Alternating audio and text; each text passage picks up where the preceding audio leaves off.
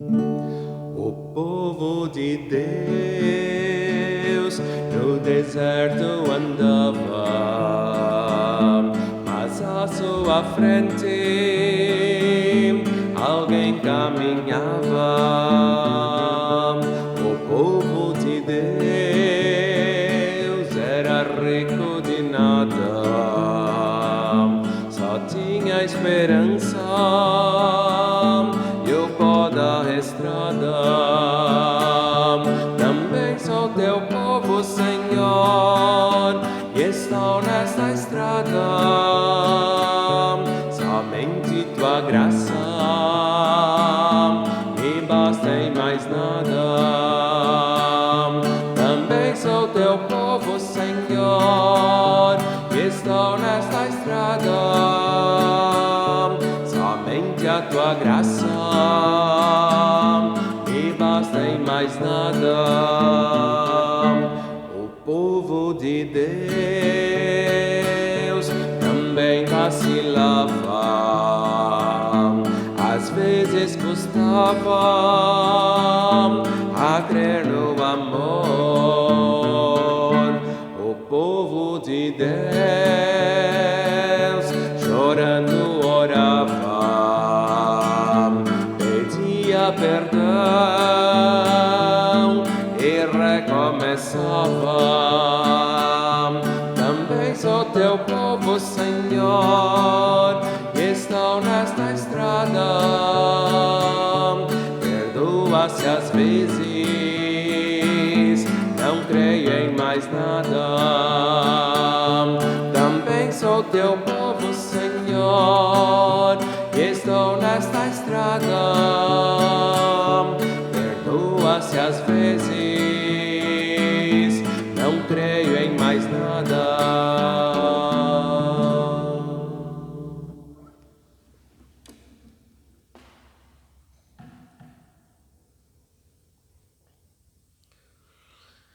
A meus irmãos declararei o teu nome, cantar-te-ei louvores no meio da congregação. Com essas palavras de Hebreus, capítulo 2, versículo 12, saúdo todas as pessoas que acompanham esta gravação neste 4 de outubro de 2020, 18º domingo após Pentecostes. Deus abençoe o nosso meditar, cantar e orar. E o lema da semana que se inicia faz referência a isto, exatamente a isto, quando menciona que alguém aqui, é uma palavra que vem lá do Salmo 22, um famoso salmo messiânico do Antigo Testamento, onde o salmista confessa e diz: a meus irmãos declararei o teu nome, cantar-te-ei louvores no meio da congregação. Como disse, o Salmo 22 é um salmo messiânico e a igreja cristã, ela então aplicou este salmo a Jesus Cristo, esse Senhor Jesus Cristo que lá na cruz recorreu, por exemplo, ao Salmo 22, quando clamou a Deus o Pai, pedindo: meu Deus, por que me desamparaste? Esse Senhor, que ali na cruz está desamparado por Deus, ele é o mesmo Senhor que depois, no terceiro dia, ressuscita dentre os mortos, e por isso ele agora pode dizer: a meus irmãos declararei o teu nome, cantar-te-ei louvores no meio da congregação. Lá no Evangelho segundo João, em João 17, Jesus fala com o Pai e faz referência a isso, que enquanto esteve na terra proclamou o nome do Pai. E que também o salmista, que na verdade então é Jesus que faz uso das palavras do Salmo, diz: a meus irmãos declararei o teu nome. O nome, de certa maneira, é a própria pessoa, não é? Se eu tenho um nome pelo qual zelar, eu tenho que zelar pela minha honra, pela minha reputação. Portanto, se Jesus, com palavras do Salmo, diz que declarará a seus irmãos o teu nome, no caso, o nome de Deus, significa que ele vai anunciar a honra e a glória de Deus. Vai falar e agir de tal maneira que o nome e a pessoa de Deus sejam honrados e glorificados. Cantar-te-ei louvores no meio da congregação. Portanto, o mesmo Cristo que na cruz exclama e pergunta: por que me desamparaste? Este Cristo ressuscitado, ele agora se coloca a caminho com a sua igreja e diz que vai cantar louvores junto com a sua congregação. Na sequência, vamos meditar sobre o texto de pregação indicado para este 18º domingo após Pentecostes e ver como, a vida do povo de Deus nem sempre é tão alegre como a gente gostaria que fosse, como Deus gostaria que fosse e como também nós, como pessoas que pertencem ao seu povo, gostaríamos que fosse. Esse é o drama da igreja cristã, o drama do povo de Deus, já foi o drama do povo de Israel, de sempre viver nessa dualidade entre louvor e lamento, entre canto e também súplica e pedido e assim por diante. Então existe a alegria, existe a tristeza, existe o júbilo, existe a preocupação. Aqui, Hebreus 2, faz Jesus falar com palavras do Salmo 22 e expressa a alegria de Cristo que, junto com a sua igreja, confessa e proclama o nome de Deus. O texto de Isaías, por sua vez, ele vai falar de como esse testemunho, esse louvor a Deus, em palavras e ações, sempre de novo, é frágil e cheio de problemas. Realizamos estes minutos de reflexão em nome do Trino Deus, que é Pai, Filho e Espírito Santo. Amém. Leio de Isaías capítulo 5, versículos 1 até 7. O profeta assim diz: agora cantarei ao meu amado o cântico do meu amado a respeito da sua vinha. O meu amado teve uma vinha num outeiro fertilíssimo. Sachou-a, limpou-a das pedras e a plantou de vides escolhidas. Edificou no meio dela uma torre e também abriu um lagar. Ele esperava que desse uvas boas, mas deu uvas bravas. Agora, pois, ó moradores de Jerusalém e homens de Judá, julgai-vos, peço, entre mim e a minha vinha. Que mais se podia fazer ainda a minha vinha que eu lhe não tenha feito? E como, esperando eu que desse uvas boas, veio a produzir uvas bravas? Agora, pois, vos farei saber o que pretendo fazer à minha vinha. Tirarei a sua sebe, para que a vinha sirva de pasto. Derrubarei o seu muro para que seja pisada. Torná-la-ei em deserto. Não será podada nem sachada, mas crescerão nela espinheiros e abrolhos. Às nuvens darei ordem que não derramem chuva sobre ela. Porque a vinha do Senhor dos Exércitos é a casa de Israel, e os homens de Judá são a planta dileta do Senhor. Este Senhor desejou que exercessem juízo, e eis aí quebrantamento da lei, esperou que exercessem justiça, e eis aí clamor. Queridos irmãos, caras irmãs, a figura da videira, da vinha, ela é relativamente frequente na Bíblia, já no Antigo Testamento e assim também no Novo Testamento. É uma figura que se repete sempre de novo para simbolizar o que é o povo de Deus. No Antigo Testamento, o povo de Israel; no Novo Testamento, o povo de Jesus, como por exemplo nos lembra a passagem de João 15, da qual também é tirado o lema bíblico que acompanha o tema da nossa IACLB neste ano de 2020. E agora o profeta inicia falando que ele vai cantar ao seu amado. Uma linguagem que remete por exemplo, ao livro de Cânticos, Cântico dos Cânticos, que em outros tempos também era conhecido como livro de Cantares. A relação entre Deus e o seu povo é como a relação entre um viticultor e a sua vinha, ou então também como a relação de um homem com uma mulher. Também é uma imagem que sempre de novo aparece. Infelizmente, com alguma frequência, eu agora não sei dizer se sempre, mas com certa frequência, aparece na forma de uma queixa de Deus que se sente como marido traído pela sua noiva, pela sua namorada, pela sua esposa. Cantarei ao meu amado, como é lindo o amor. O meu amado teve uma vinha num outeiro fertilíssimo. Eu imagino, quem sabe, o casal sentado à sombra dessa vinha, talvez degustando os frutos da vinha, quem sabe até já provando o seu suco, o vinho. E estão embriagados, literalmente, não só do vinho, mas do amor. Assim deveria ser o relacionamento de Deus com o seu povo. E, no entanto, agora a palavra do profeta passa a ser uma palavra direta de Deus, porque o profeta então constata que Deus esperava que a sua vinha desse uvas boas, mas ela deu uvas bravas.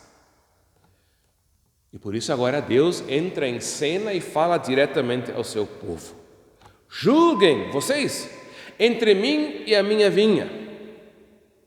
Será que eu não fiz que chega para que ela produzisse frutos? É verdade, os frutos, pelo menos na nossa realidade como seres humanos, eles não estão na nossa mão.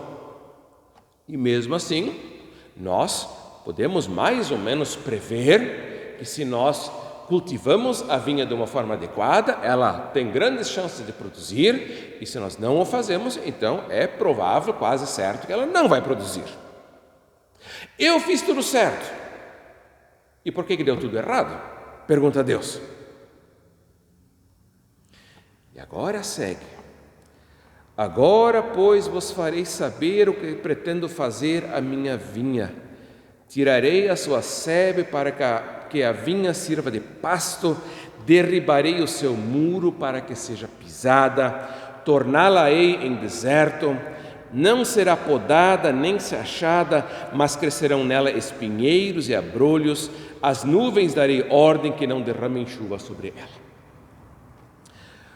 Umas quantas palavras aqui, confesso, nem sei o que significam, mas a ilustração, eu penso, nós podemos mesmo assim compreender. E aqui nós agora entramos num aspecto que chama a atenção, que é o fato de que a profecia, o profetismo em Israel, ele tem a ousadia de, em nome de Deus, anunciar não apenas paz e salvação, mas também desgraça, destruição e castigo sobre o povo de Deus. Deus não está pura e simplesmente a serviço do seu povo, que eventualmente, cumprindo certos rituais religiosos, vai então fazer com que Deus seja benevolente com o seu povo. Não, Deus tem um relacionamento de amor e de confiança que não se restringe a rituais religiosos e que nem ao menos está baseado, em primeiro lugar, em rituais religiosos, mas é um relacionamento de confiança mútua e que então, Deus, da sua parte, Ele se porta de uma determinada maneira e espera que de sua parte o povo então se porte de maneira similar. Os profetas do Antigo Testamento, eles ousam, como disse, não apenas anunciar paz e salvação, mas também anunciar castigo e destruição em nome de Deus.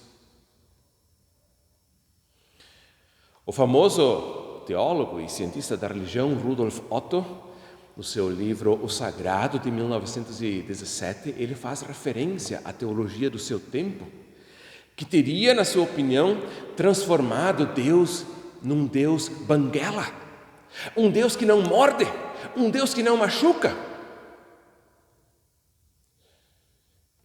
Deus, de certa maneira, na nossa modernidade ocidental, ele se tornou um Deus, de fato, quase que Apenas então somente um bom velhinho lá em cima que sorri para tudo e não faz mal a ninguém.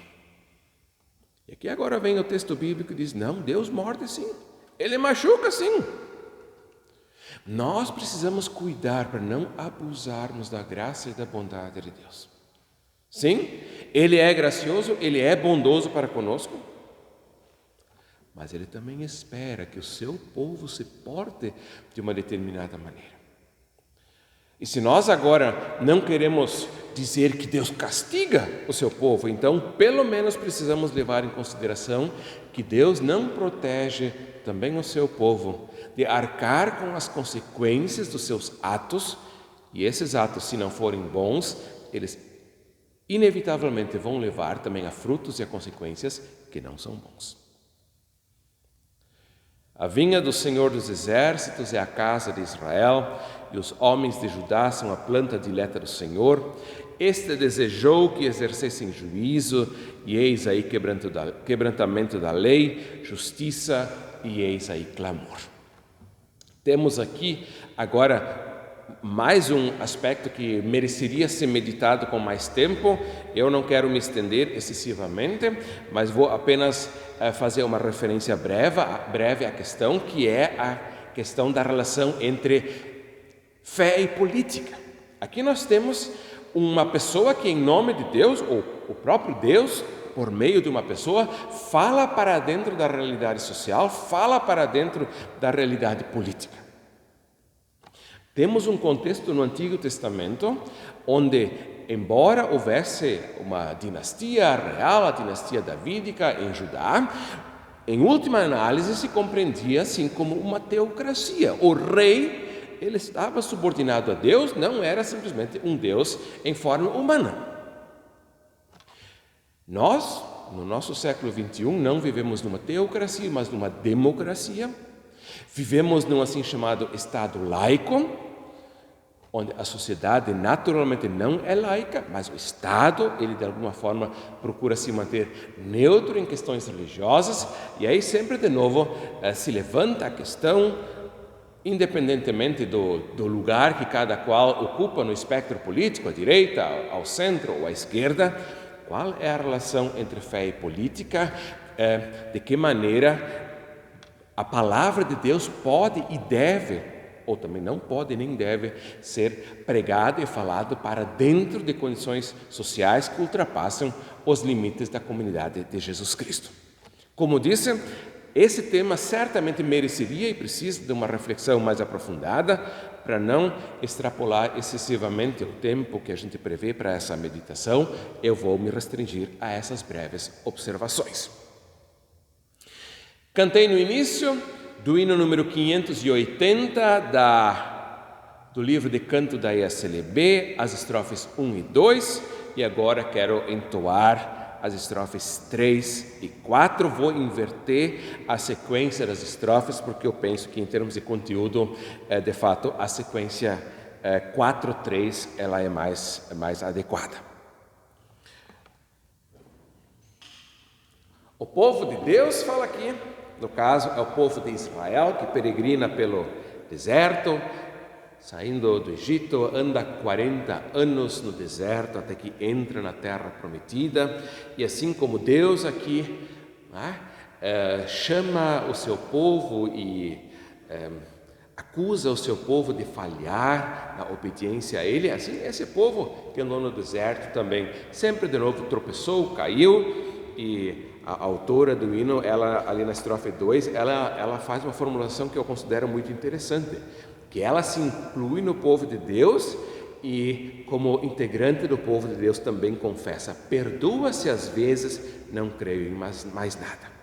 Penso que essa é uma experiência que todos nós, vez ou outra, fazemos, de aparentemente não crermos em mais nada e, consequentemente, também sermos, de alguma forma, paralisados na nossa vivência diária com o nosso próximo. O povo de Deus também teve fome. O povo de Deus também teve fome, e tu lhe mandaste o pão lá do céu. O povo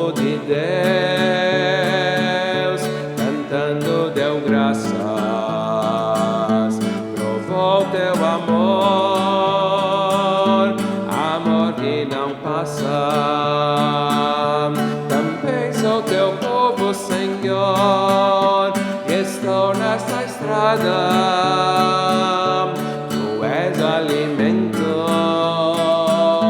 na longa jornada. Também sou teu povo, Senhor, e estou nesta estrada. Tu és alimento na longa jornada. O povo de Deus ao longe avistou a terra querida que o amor preparou. O povo de Deus sorria e cantava,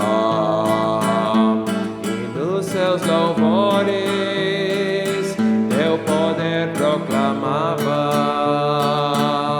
Também sou teu povo, Senhor, e estou nesta estrada, cada dia mais perto da terra esperada. Também sou teu povo, Senhor, e estou nesta estrada, cada dia mais perto da terra esperada.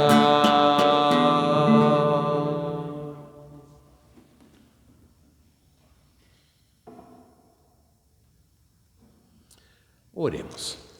Bondoso Deus, nosso Pai, graças que também nós podemos pertencer ao Teu povo, ao povo de Jesus Cristo. E pertencendo a Jesus Cristo, podemos estar unidos também ao povo de Deus do Antigo Testamento, o povo de Israel. Tu sabes, Senhor, como também nós como indivíduos cristãos, nós como comunidade, como igreja evangélica de confissão luterana e como igreja de Jesus Cristo no mundo todo, sempre de novo falhamos, tropeçamos, caímos e sempre de novo também nos expomos ao teu juízo, à tua crítica, e que tu nos chames não apenas a atenção, mas também nos lembres de que de alguma forma precisamos arcar com as consequências daquilo que fazemos ou deixamos de fazer. Abençoa, Senhor, também a nossa sociedade, para que nós possamos saber de que forma nós podemos, em nome de Deus, em nome de Cristo, falar ou não falar, viver ou não viver, num contexto em que não a convicção de fé, mas a racionalidade, o argumento minimamente objetivo devem valer. Acompanha todos nós, protege-nos, guarda-nos, agora também quando entramos no mês de outubro e quando aos poucos já estamos entrando quase que na reta final deste ano e nos aproximamos do final de mais um ano. Graças que nos tens conduzido, protegido e guardado até aqui, pedimos que continues a fazê-lo. É o que pedimos e agradecemos em nome de Jesus Cristo, teu Filho, que nos ensinou a orar. Pai nosso que estás nos céus, santificado seja o teu nome, venha o teu reino, seja feita a tua vontade, assim na terra como no céu. O pão nosso de cada dia nos dá hoje e perdoa-nos as nossas dívidas, assim como nós também perdoamos aos nossos devedores. E não nos deixes cair em tentação, mas livra-nos do mal, pois teu é o reino, o poder e a glória para sempre. Amém. O Senhor te abençoe e te guarde. O Senhor faça resplandecer o seu rosto sobre ti e tenha misericórdia de ti. O Senhor sobre ti levante o seu rosto e te dê a sua paz. Amém.